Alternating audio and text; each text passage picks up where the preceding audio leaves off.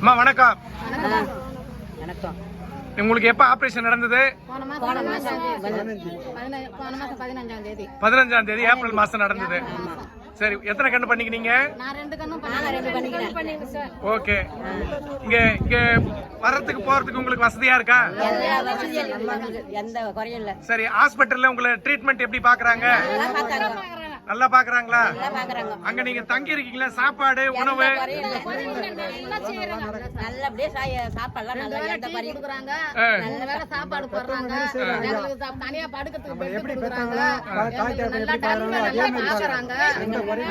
எந்த குறையும் எங்களுக்கு கிடையாது. சரி, இப்போ இன்னைக்கு எதுக்கு வந்திருக்கீங்க?